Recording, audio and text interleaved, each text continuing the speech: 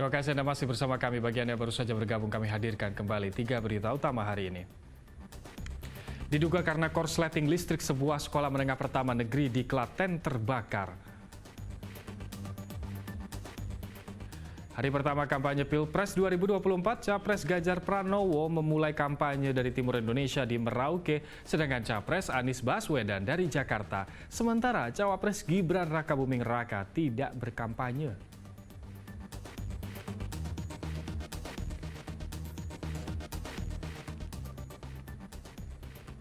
Antusiasme masyarakat tinggi tiket final Piala Dunia U17 yang akan berlangsung di Stadion Manahan Solo sudah habis terjual.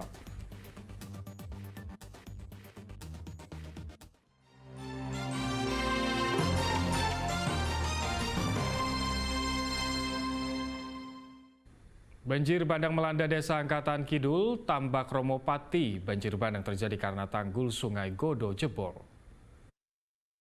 Mohon doanya, mudah-mudahan. Senin malam, air bah merendam ratusan rumah warga di Desa Angkatan Kidul, Kecamatan Tambak Romopati. Setidaknya 210 rumah terendam air dengan ketinggian 30 hingga 50 cm. Air keruh ini membawa endapan lumpur yang cukup tebal. Pada malam itu air datang secara tiba-tiba masuk ke permukiman warga, sehingga warga tidak sempat menyelamatkan barang berharga yang ada di dalam rumah. Sebelum peristiwa banjir bandang, hujan deras sempat mengguyur wilayah ini. Hal itu menyebabkan debit Sungai Godo meluap dan berakhir dengan tanggul jebol. Nah, rumah yang terdampak ya sekitar bantaran sungai. Yang masuk rumah kisaran tinggi 30 cm sampai 50 cm, tergantung bangunan rumahnya. Itu air tiba-tiba langsung tinggi atau gimana, pelan-pelan itu? Tiba-tiba langsung tinggi, dari atas langsung tinggi. Berarti di sini tuh nggak ada, cara diprediksi itu nggak bisa, berarti air langsung tinggi. Dalam hitungan jam, air surut, namun banjir menyisakan lumpur di dalam rumah warga. Warga pun kesulitan membersihkan lumpur karena ketebalan lumpur mencapai 10 cm. Arif Nur melaporkan dari Pati. Proyek renovasi bangunan sejumlah sekolah di Batang mangkrak. Kondisi tersebut mengganggu proses belajar mengajar siswa karena mereka tidak memiliki kelas untuk belajar. Proyek tersebut terbengkalai karena dikerjakan oleh satu kontraktor.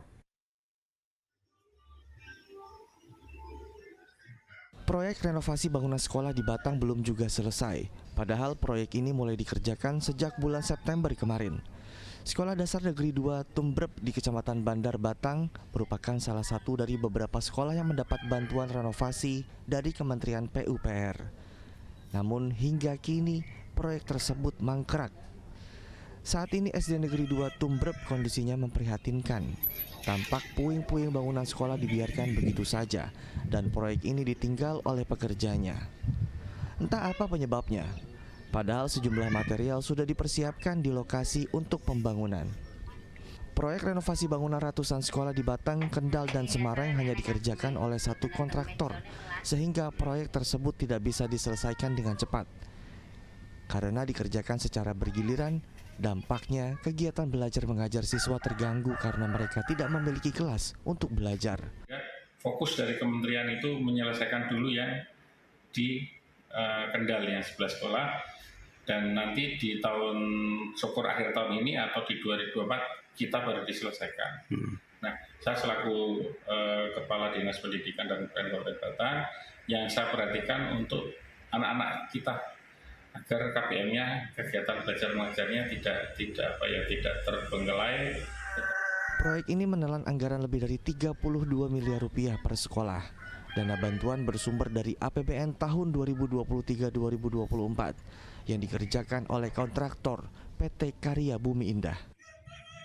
Kuncoro Wijayanto melaporkan dari Batang.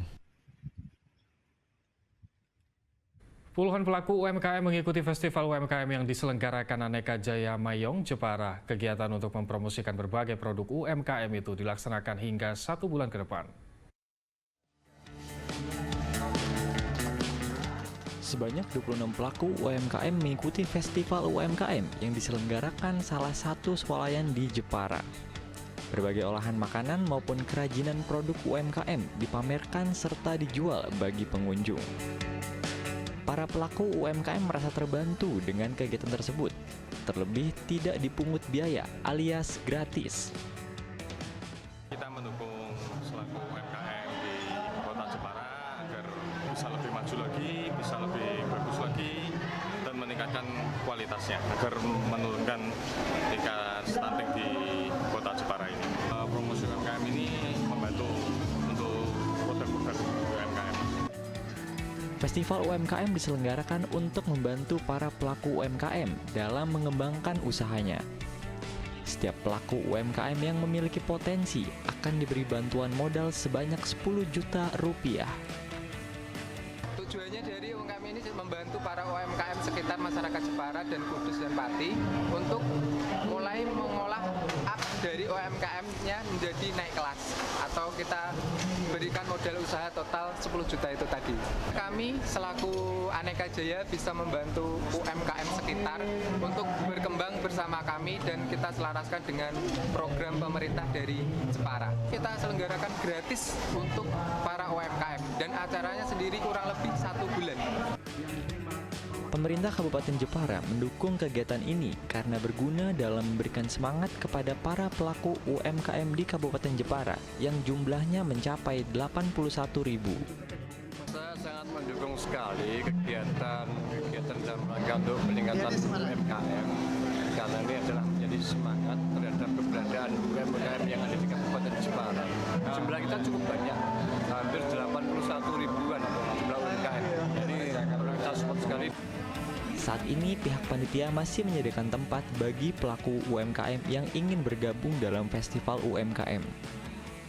Festival ini mendapat penghargaan dari Lembaga Prestasi Indonesia Dunia atau LEPRID dengan prestasi Festival UMKM gratis terlama. Arif Nur melaporkan dari Jepara.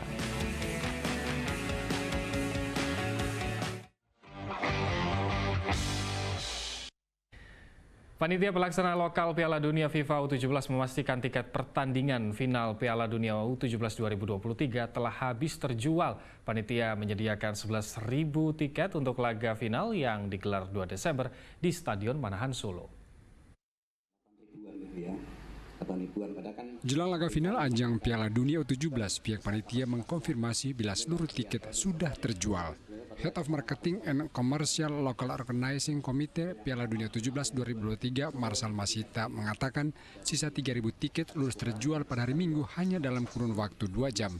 Namun untuk partai semifinal dan perebutan tempat ketiga, tiket masih tersedia. Nah, jadi membuktikan bahwa memang tanpa tahu siapa yang akan main di final, masyarakat di Surakarta sekitarnya sangat antusias menyambut partai final, partai terakhir di Piala Dunia U17 ini.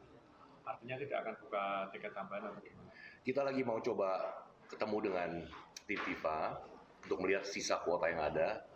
Buat kami penting memastikan bahwa stadionnya penuh. Stadion Manahan Solo bisa penuh di final 2 Desember nanti. Pada laga final, panitia menjual sekitar 11.000 tiket. Harga tiket di laga final dijual bervariasi, mulai dari Rp200 hingga Rp500.000 per tiket, tergantung tipe tiket dan lokasi tempat duduk. Tribun Barat dan Timur, tiket reguler dibanderol Rp500.000, sementara tiket tipe paket keluarga Rp400.000. Jenis tiket reguler di sisi utara dan selatan dijual Rp250.000, serta tipe tiket keluarga di sisi utara dan selatan dijual seharga Rp200.000. Heri Prasetyo melaporkan dari Solo.